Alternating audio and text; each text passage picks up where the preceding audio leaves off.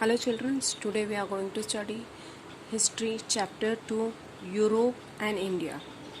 So, during the modern period, the various happening in the Europe had its impact on India. यानी जो modern period में जितने भी कुछ ऐसे ये यूरोप में हुए थे उसका इम्पैक्ट इंडिया पे भी पड़ा, उसका असर, इम्पैक्ट मतलब असर इंडिया पे भी है. Therefore, while studying the period of modern Indian history, we have to study the event happening in the Europe during this period. इसीलिए जब भी हम अभी हम मॉडर्न हिस्ट्री इंडियन हिस्ट्री पढ़ रहे हैं तो वो पढ़ने से पहले हमें यूरोप उस वक्त में यूरोप में भी क्या हुआ था वो जानना ज़रूरी है. उसके बगैर देखिए ये मॉडर्न हिस्ट्री अधूरी रह जाएगी. सो अब है पीरियड ऑफ रेनेसेंस. रेनेसेंस मतलब पुनरावर्तन, changes. Okay, in the history of Europe, the last phase of medieval period from example 13 to 16th century is known as the period of Renaissance. यानी medieval period में last phase जो था Europe का उसमें 13 to 16th century माना जाता है कि वो Renaissance period था, यानी पुनरावर्तन का period था. During this period Reformation, religious reforms, movements and geographical discoveries laid the foundation of the modern era. Means इस पीरियड में क्या क्या हुआ था देखो, रिफॉर्मेशंस हुए थे, रिलीजियस रिफॉर्म्स हुए थे, मूवमेंट एंड जोग्राफिकल डिस्कवरीज ये सब हुए थे in modern era. Hence this period is also known as the age of renaissance. इसीलिए ये पीरियड को एज ऑफ रिनाइसेंस भी कहा जाता है. During this period in the field of art, architecture, philosophy, etc. There was a revival of Greek and Roman traditions. Means उस वक्त पे इस पीरियड में आर्ट, आर्किटेक्चर और फिलोसॉफी के इसमें कहते हैं कि रिवाइवल हुआ था ग्रीक एंड रोमन ट्रेडिशंस का, which gave a momentum to the overall development. Mean जो ओवरऑल डेवलपमेंट में एक मोमेंटम देता है, एक part. So during the renaissance human ट्रेडिज्म was given a great input. यानी ह्यूमन ट्रेडिज्म मतलब इंसान को ज़्यादा ये कहा जाता था. Okay, there was a change in the outlook of the treating each other as a human beings. Means उस वक्त में यानी एक दूसरे को एज अ ह्यूमन बींग उसमें ट्रीट करने में थोड़ा चेंजेस आया था.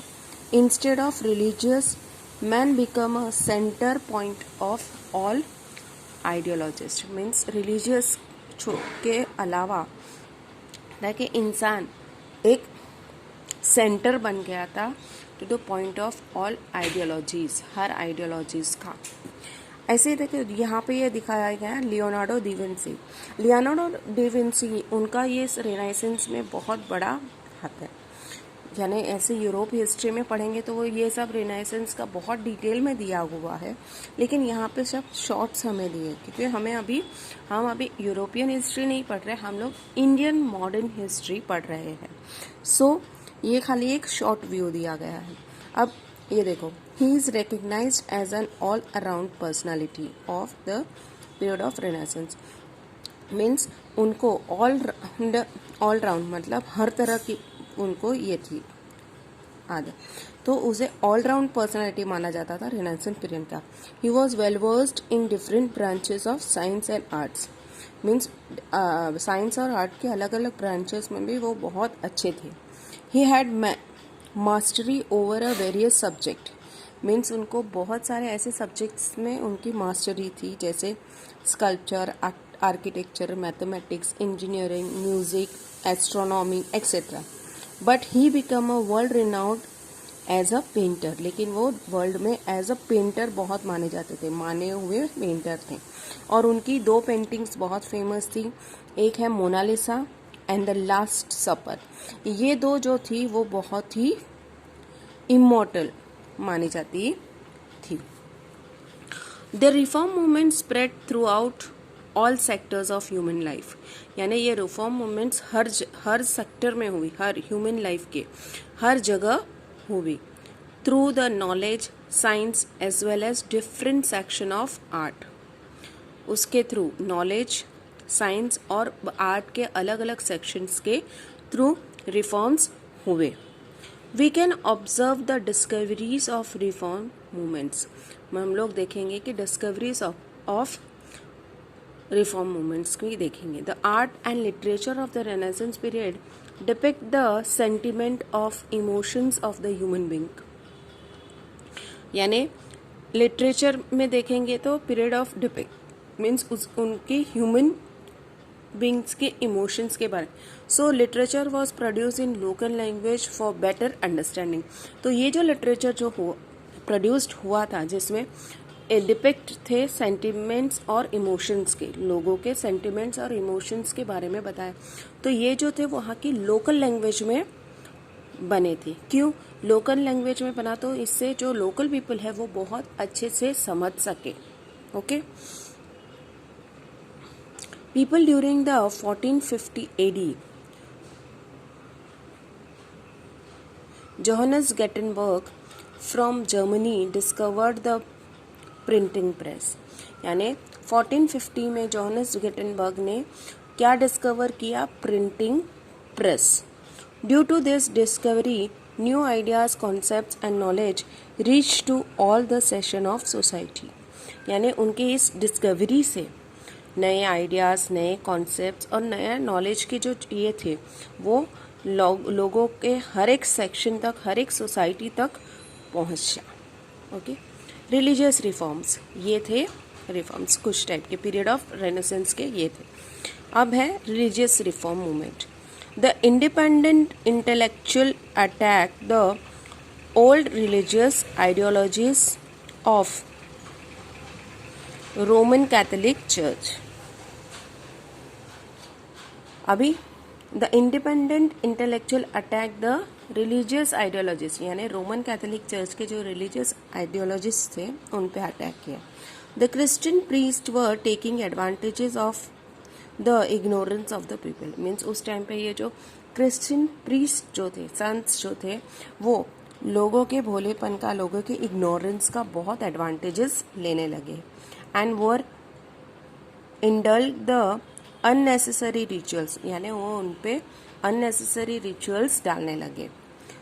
दे looted the people in the name of religions, यानी धर्म के नाम पे वो लोगों को लूटने लगे. The movement that began against it is known as the religious reform.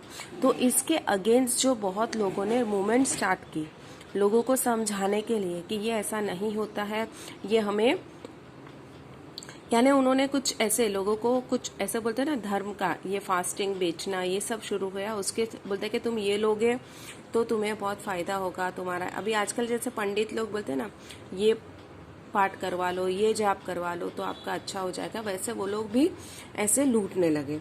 तो ये रोकने के लिए ये reform movements, religious reform movement start हुआ. So due to this movement human freedom and rationalism gain more important. Means इस movement की वजह से लोगों को फ्रीडम और रैशनलिज्म को बहुत ज़्यादा इम्पोर्टेंट मिला. अब है geographical discoveries. Means geographical discoveries भी बहुत सारी हुई. In 1453 AD the Ottoman Turk conquered the Constantinople. यानी 1453 में ऑटोमन टर्क ने क्या डिस्कवर किया? कॉन्स्टेंटिनोपल यानी इस्तांबुल अभी जो, which was the capital of the Byzantine Europe empire.